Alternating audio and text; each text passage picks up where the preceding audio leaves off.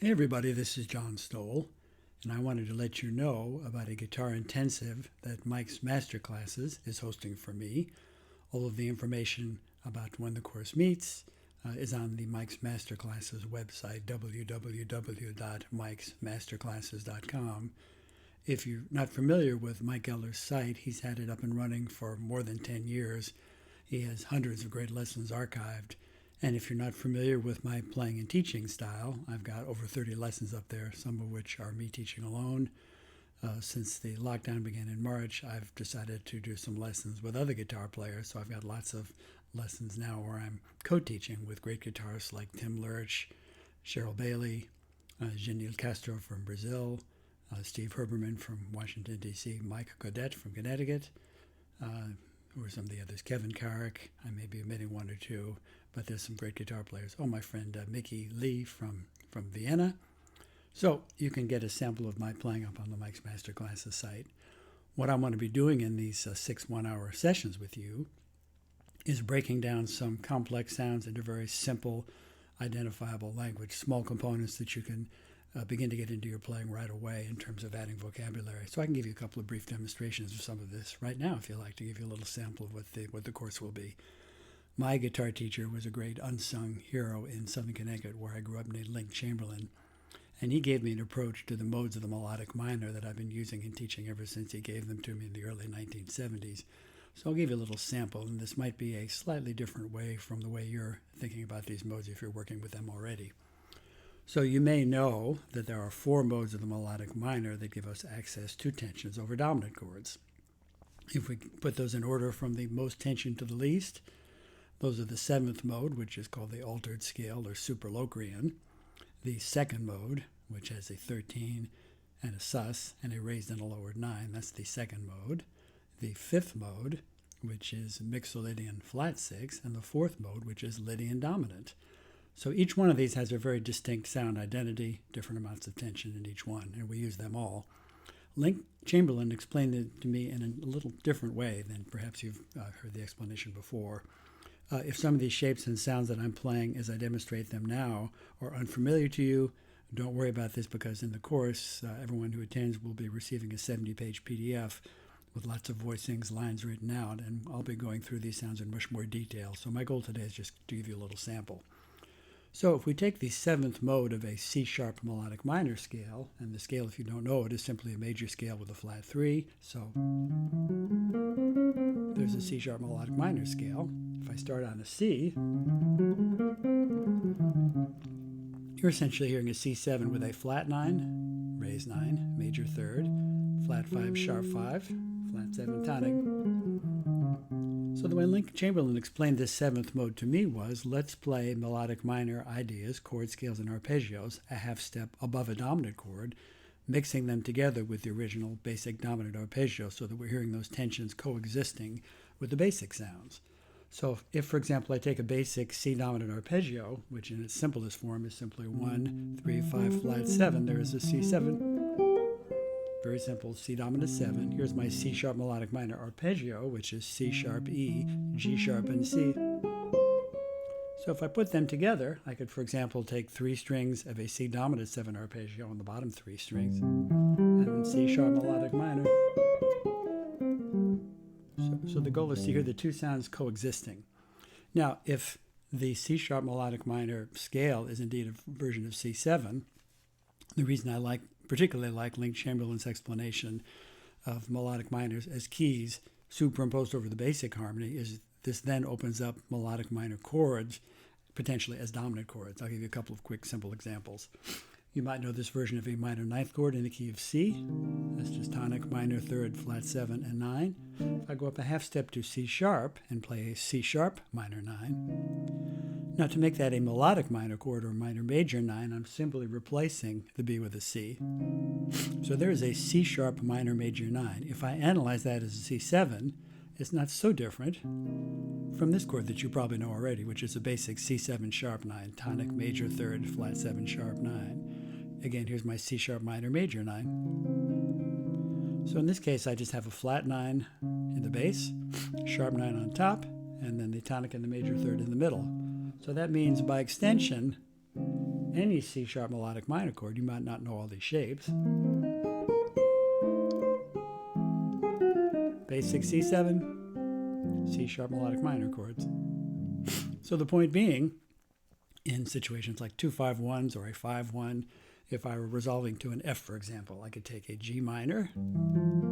There's my C sharp minor major, and I to an F major. So we're hearing the tensions. There's my F major. So if the dominant chord is functioning as a 5 chord, which it does in standards very often, again, we're using those tensions to create resolution. And the dominant chord is the only chord quality in which tensions are used to create movement or resolution. Of course, we can have tensions over major and minor chords as well. Let me walk you briefly through the other modes of the melodic minor that generate tension over dominant. If I play the melodic minor a whole tone below, this is the equivalent of the second mode of the melodic minor.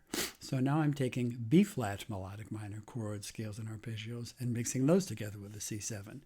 Again, I'm going through these rather quickly. When we do the course together, I'm going to be going into a lot more detail and having you play these along with me. But you can get a sense of how to do this already simply by combining a basic dominant arpeggio with a basic melodic minor arpeggio, 1, flat 3, 5, 7, in these different keys, which correspond to the different modes. So here's a C7 again, basic. Now if I take a B-flat melodic minor, again, which is a major arpeggio with the third flatted, in the key of B-flat, that's B-flat, D-flat, F, and A.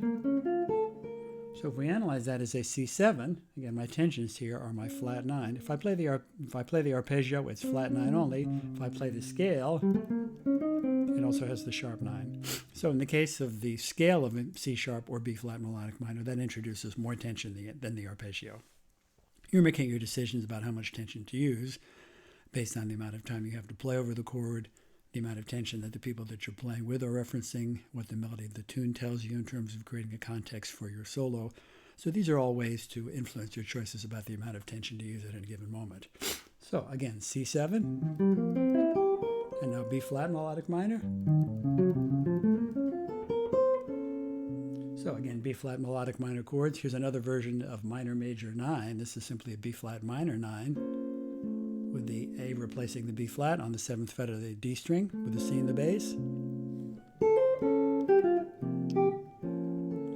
Now let me give you another quick addition to essentially functioning over dominant that strictly speaking is not melodic minor, but references these same two keys that we just talked about. In addition to playing melodic minor a half step above, the 7th mode or the altered scale, and a whole tone below, the one I'm just demonstrating, we could also play major arpeggios in those same two keys. This would also reference a version of C7. If I think C sharp major, not C sharp melodic minor, this could be C Phrygian minor with a flat 6 and a flat 2. But if I look at those tensions as they might potentially relate to a C7, that could be a sus, flat 9, and sharp 5. So C sharp major and C sharp melodic minor. So basic C7, C sharp major, C sharp melodic minor. So essentially by simply changing the third, moving from major to minor third, I'm going from major to melodic minor, both a half step above C7. I can do the same thing in the key of B flat. A B flat major, I'm sure many of you know this shape, just 1, 2, 3, 4 on the 5th fret of the high string. There's a very simple B flat major shape. That's also a nice C sus with the 9, the 11, and the 13 on the top 3 strings. To make that a melodic minor voicing, the D is on the 7th fret of the G. I'm just dropping it down to the 6th fret. So again, you can tell, I think, that I tend to favor the arpeggios. I like the wider intervals that suggest the quality of the chord. C7 basic, B flat major, B flat melodic minor, B flat major, B flat melodic minor. This is all over C7. Again, I'm going through these sounds rather quickly for you now. You can see samples of me teaching all of these things on the Mike's Masterclasses site, and we'll be doing this more slowly and a lot more detail when the course meets. Last two keys, which correspond to the 5th and 4th modes, are a 4th and a 5th above. Your goal is exactly the same. Play a basic C dominant, and now if I use an F melodic minor arpeggio, that is simply introducing the flat 13. So, one tension only, but it also has the sus and the 9. The beauty of this is you're only really needing to learn one set of melodic minor fingerings covering the whole neck. And as we move it through these different keys, we have all these beautiful combinations of very specific tensions. The last key is a 5th above, which corresponds to the 4th mode. This is Lydian dominant. In this key, that would be G melodic minor. Here's a voicing I played earlier in B flat. Here it is in G with a C in the bass. So my one tension is here, the F sharp. Basic C7 and my... So your goal here is simply to go back and forth between the foundation of the harmony, which in this case is the very basic dominant arpeggio, 1, 3, 5, flat 7. In the key of C, that's going to be C, E, G, and B flat. Then your basic melodic minor arpeggio, which is 1, flat 3, 5, and 7 in these 4 keys of C sharp, B flat, F, and G, which correspond to the 4 modes of the melodic minor in one key that generate all these different combinations of tension.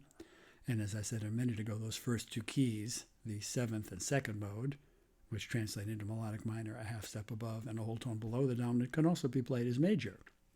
So I went through all this rather quickly, but I think you can, if these sounds appeal to you, and whether or not you're using them in precisely this way, you definitely want to access all these sounds when you improvise. So we're simply connecting dominant and melodic minor arpeggios, and in the case of the first 2, also major arpeggios together, so that all of this eventually becomes a composite sound. So we're ultimately hearing all of this as C7 if we're using that as our key. In the PDFs, I'm also combining some melodic minor and dominant ideas together for you in the lines to get you started. But they're books full of melodic minor voicings and single line ideas. The McGoodrick voicings, the Ted Green books. Randy Vincent has some wonderful books about this. I've got a lot of this detailed in some of my own songs and articles, which I will send to you. So as your melodic minor vocabulary grows, so by extension does your vocabulary accessing tensions and altered sounds over dominant chords.